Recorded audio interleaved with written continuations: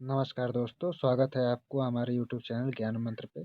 और हम आपके बीच में 50 क्वेश्चन के सुपर 50 की कड़ी में आगे के प्रश्नों को लेकर आए हैं। तो चलिए शुरू करते हैं इन क्वेश्चनों को। और ये सभी क्वेश्चन मोस्ट एक्सपेक्टेड हैं और सभी क्वेश्चन कहीं ना कहीं पूछे गए हैं और आपसे पोलिंग भी करा लिए गए हैं।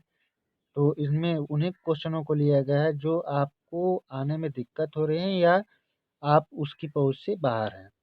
तो चलिए शुरू करते हैं पहला क्वेश्चन पर। क्वेश्चन है, निम्नलिखित में से कौन सी मिट्टी चाय के लिए उपयुक्त है?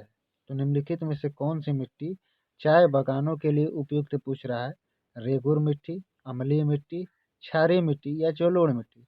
दोस्तों, जब मैंने इस क्वेश्चन को फेसबुक पर डाला या अपने टेलीग्राम चैनल पर डाला तो लगभग आप देख सकते हैं कितने लोगों ने गलती किया। 392 लोगों ने डाला रेगुर मिट्टी। चूंकि मैंने इसमें ऑप्शन जानकर लेटराइट ऑप्शन हटा दिया था, और लेटराइट ऑप्शन इसलिए हटा दिया था ताकि आपकी बुद्धिमत्ता को परीक्षण किया जा सके। तो इसमें लगभग देख रहे हैं कितने लोगों ने 392 ने लगभग गलती किया है। 82 लोग सही दिए हैं और इसका सही आंसर हो जाएगा अम्लीय मिट्टी। अम्लीय मिट्टी में ही, क्योंकि लेटराइट मिट्टी का जो बिहेवियर है वो अम्लीय किस्म का होता है। तो आप इसके डिस्क्रिप्शन में देख सकते हैं, लेटराइट मिट्टी चाय और कहवा के लिए, फसलों के लिए उपयोगी होती है और यह अम्लीय होती है। तो मैंने जानबूझकर ऐसा क्वेश्चन डाला था, चूंकि यह क्वेश्चन पूछा भी गया था, इसलिए मैंने इस क्वेश्चन को यहाँ पर इंक्लूड किया था। अगला क्वेश्चन है, निम्नलिखित में से कौन सा धात्विक खनिज है? लिखा है मैग्नीज, निकिल, कोबाल्ट या टीन।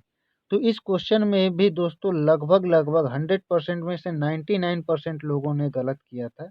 और इस 99% लोगों को गलती का रीजन मात्र एक यह था कि उन्हें लौह और अलौह धातुओं का विशेष ज्ञान नहीं रहा। इस प्रश्न का उत्तर मैंने अपने यूट्यूब के चैनल पे डिस्क्रिप्टिव में शॉर्ट में 2 मिनट या 1 मिनट का दिया है, फिर भी मैं यहाँ पर बता देता हूँ। मैग्नीज, मैग्नीज चूंकि धात्विक धातु है, निकिल भी धातु है और कोबाल्ट भी धातु है। यहाँ पर अधातु पूछा है और अधात्विक खनिज में टीन आ जाता है। अधात्विक खनिज और धात्विक खनिज के कुल गुण होते हैं। धात्विक खनिज जो धन आयन देते हैं और अधात्विक खनिज जो ऋण आयन देते हैं। तो इस बात को आप ध्यान रखिएगा और टीना यहाँ पर आपका सही उत्तर हो जाएगा। चलिए अगले क्वेश्चन की तरफ चलते हैं। अगला क्वेश्चन है, क्रांतिकारियों के साथ कौन सी पत्रिका नहीं जुड़ी हुई थी? और इस क्वेश्चन को भी लगभग लगभग 100% में 99% लोगों ने गलती किया था। और इस क्वेश्चन का जो आंसर हो जाएगा, देखिए युगांतर, तो युगांतर भाई क्रांतिकारी गतिविधियों में संलिप्त थी, संध्या भी थी और गदर भी थी। इसमें जो पूछा है कौन सी पत्रिका जुड़ी हुई नहीं थी क्रांतिकारी गतिविधियों से, तो यंग इंडिया जो पत्रिका थी यह क्रांतिकारी गतिविधियों से नहीं जुड़ी हुई थी। ठीक, तो इसको आप ध्यान रखिएगा।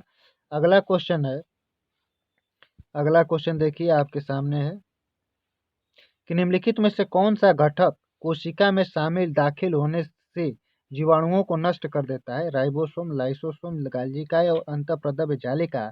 तो इस क्वेश्चन का सही आंसर हो जाएगा लाइसोसोम। लाइसोसोम जीवाणुओं को नष्ट कर देता है। जैसे ही यह कोशिका में एंटर करते हैं तो यह खुद अपने साथ ब्लास्ट हो जाता है और जीवाणुओं को नष्ट कर देता है। लाइसोसोम में कई तरह के एंजाइम पाए जाते हैं और लाइसोसोम को आत्महत्या की थैली भी कहा जाता है। आत्महत्या की थैली। और यह क्वेश्चन हो गया पुराना, अब इसको ट्रेंड में नया करके ले आ रहे हैं कि जीवाणुओं को। तो नए ट्रेंड में मैंने आपको लाने की कोशिश किया, नए ट्रेंड के रूप में। चलिए आगे चलते हैं दोस्तों अगले क्वेश्चन की तरफ। सूचना पाने का अधिकार निम्नलिखित में से किसके अंतर्गत आता है? अनुच्छेद 19, अनुच्छेद 22, अनुच्छेद 21 या अनुच्छेद 20। तो सूचना पाने का जो अधिकार है आर्टिकल 19 के अंतर्गत आता है और यह 2005 का एक्ट है, सूचना पाने का अधिकार, राइट टू इंफॉर्मेशन। चलिए आगे इस क्वेश्चन के डिस्क्रिप्शन को देखिएगा और आगे इसके डिस्क्रिप्शन में लिखा गया है कि मामले की सुनवाई उच्चतम न्यायालय में हुई, जिसमें न्यायालय ने आदेश में लोक प्राधिकार और सार्वजनिक कार्यों के दौरान जनता को प्रदान किए गए व्यवस्था किया। और इसमें निर्णय में भारतीय संविधान के 19(1)(a) के तहत अभिव्यक्ति की स्वतंत्रता का दायरा बढ़ाते हुए सूचना का अधिकार को शामिल किया गया है। इसी प्रकार आर्टिकल 21 किसी भी व्यक्ति के प्राण एवं दैहिक स्वतंत्रता को स्थापित करने से वंचित नहीं किया जाएगा। सबसे बड़ा यदि मौलिक अधिकारों में कोई आर्टिकल है तो आर्टिकल 21 है। आर्टिकल 21 का दायरा सबसे बड़ा है और इसको आप देखते चलिएगा। अगले क्वेश्चन में मैं इसको लेकर आऊँगा। चलिए अगला क्वेश्चन की तरफ चलते हैं। वह कौन ऐसा राज्य है जहां जनगणना 2011 के अनुसार ऋणात्मक दर्ज की गई, जो वृद्धि है ऋणात्मक दर्ज की गई? उसमें नागालैंड, बिहार, सिक्किम या मिजोरम?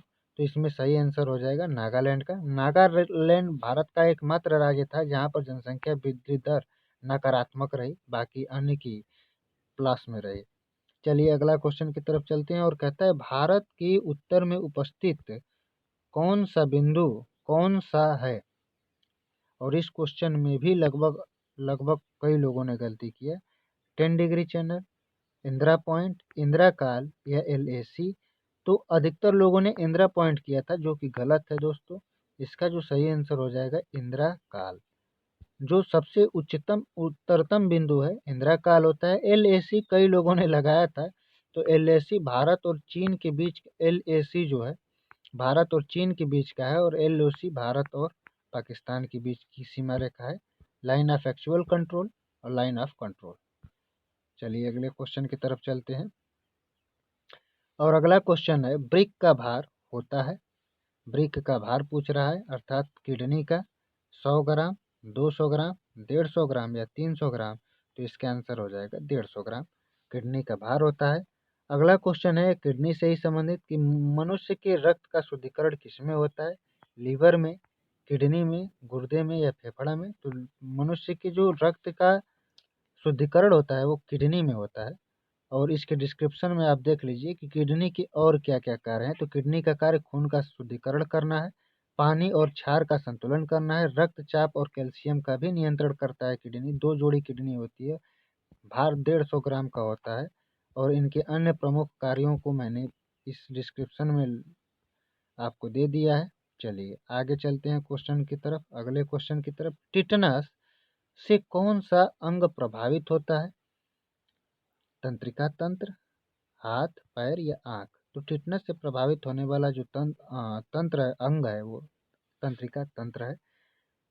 क्वेश्चन है वर्ष 2020-21 के दौरान चीनी के उत्पादन में कितने प्रतिशत की वृद्धि दर्ज की गई? क्योंकि करंट अफेयर्स का क्वेश्चन है और इसमें दिया है 10%, 13%, 15% या 16%। तो जो चीनी के उत्पादन में वृद्धि हुई है 13% की हुई है। और यह रिपोर्ट देखिए, ये रिपोर्ट हमारे खाद्यान्न मंत्रालय का है। 2021 के बीच में 13% से बढ़कर 3.1 करोड़ टन रह गया है चीनी का अनुमान। उद्योग संगठन का यह रिपोर्ट है। चलिए अगले क्वेश्चन की तरफ चलते हैं। कृषिगत उपजों में मूंगफली के उत्पादन में सर्वाधिक वृद्धि किस राज्य में हुआ? तो कृषिगत में सर्वाधिक वृद्धि जो हुई है गुजरात राज्य में कृषिगत मामले में सर्वाधिक वृद्धि की गई है। अगला क्वेश्चन है पॉलिटी से जल संबंधी विवादों का निपटारा किस अनुच्छेद के अंतर्गत किया जाता है? अनुच्छेद 262, 263, 261 या 266? तो जल संबंधी जो विवाद होते हैं, अंतर्राज्यीय विवाद, तो इनका जो निपटारा किया जाता है अनुच्छेद 262 के अंतर्गत किया जाता है। चलिए इसके डिस्क्रिप्शन में आप देख लीजिए। तो भारत दुनिया का दूसरा सबसे बड़ा मूंगफली उत्पादन देश है और यही देश का सबसे ज़्यादा उत्पादन गुजरात में होता है और यह देश की मूंगफली उत्पादन का लगभग 50% राज्य इसी राज्य में होता है। अनुच्छेद 262 के बारे में देख लीजिए, आपको दिया गया है कि अंतर्राज्यीय मामलों के लिए संसद विधि बनाकर नदी दून घाटी का नियंत्रण करेगी और इनके विवाद का निर्णय करेगी।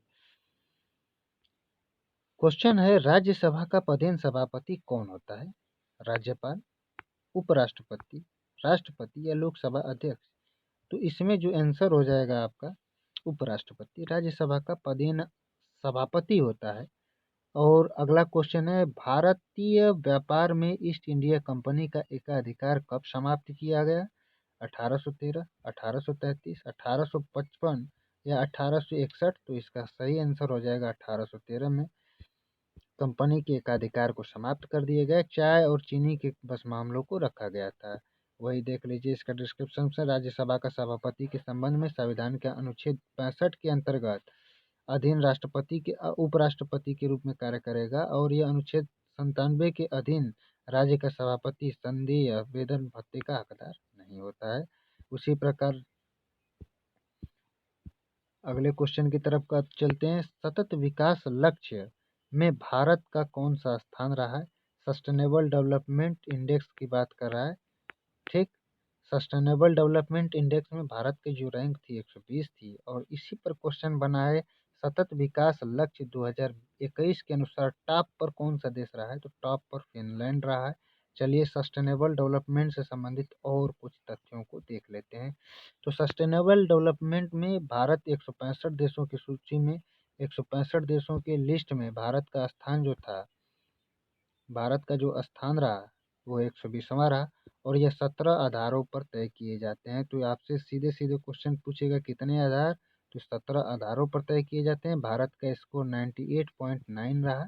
भारत का स्कोर जो था 98.9 रहा। तो ये 3-4 चीज़ें आप याद रखिएगा। इस क्वेश्चन को और भी तरीके से घुमाएगा, तो इसकी और भी तरीकों को हम देखेंगे। अगला क्वेश्चन है, विश्व बौद्ध सम्मेलन का आयोजन पहली बार भारत में कहाँ किया गया है? तो विश्व बौद्ध सम्मेलन का आयोजन जो पहली बार किया गया है नालंदा में किया गया है। और देख लेते हैं इसमें इम्पॉर्टेंट, तो भारत में 19 से 20 नवंबर को 2021 को नालंदा महापरिसर में पहली बार वैश्विक बौद्ध सम्मेलन का मेजबानी के लिए तैयार है, और भारतीय संस्कृति के संबंध में परिषद का आयोजन किया जा रहा है। अकादमिक सम्मेलन 1 वर्ष के कार्यक्रम के दौरान भारत, तेलंगाना, सारनाथ, गंगकोट और धर्मशाला एवं जापान, दक्षिण कोरिया, थाईलैंड, कंबोडिया आदि इसमें शामिल रहे। चलिए अगले क्वेश्चन की तरफ चलते हैं। यह भी करंट का क्वेश्चन है आपका। भारत की किस टेलीकॉम कंपनी को पहली बार 5G सेवा प्रदर्शित किया? तो आपकी एयरटेल ने अपने ग्राहकों के लिए पहली बार 5G सेवा को प्रदर्शित किया है।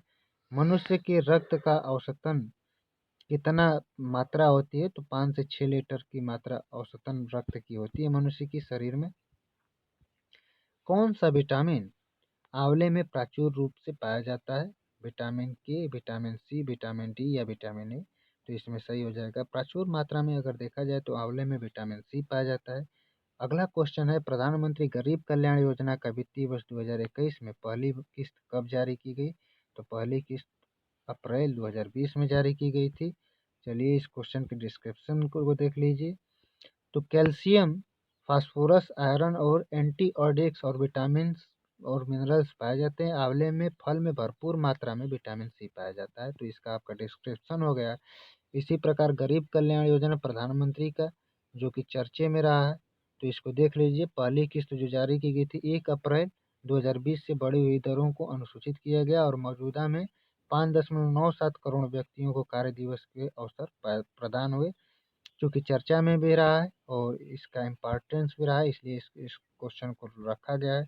आपको पीडीएफ हमारे टेलीग्राम चैनल पर दे दिए जाएंगे। और आखिरी क्वेश्चन है इस सेशन का, कोलकाता उच्च न्यायालय की स्थापना कब की गई थी? तो कलकत्ता उच्च न्यायालय की स्थापना 1862 में की गई थी। तब तक के लिए धन्यवाद और आपका दिन शुभ हो। आप हमारे टेलीग्राम चैनल को भी ज्वाइन कर सकते हैं, जो कि आपको डिस्क्रिप्शन लिंक में दे दिए जाएंगे।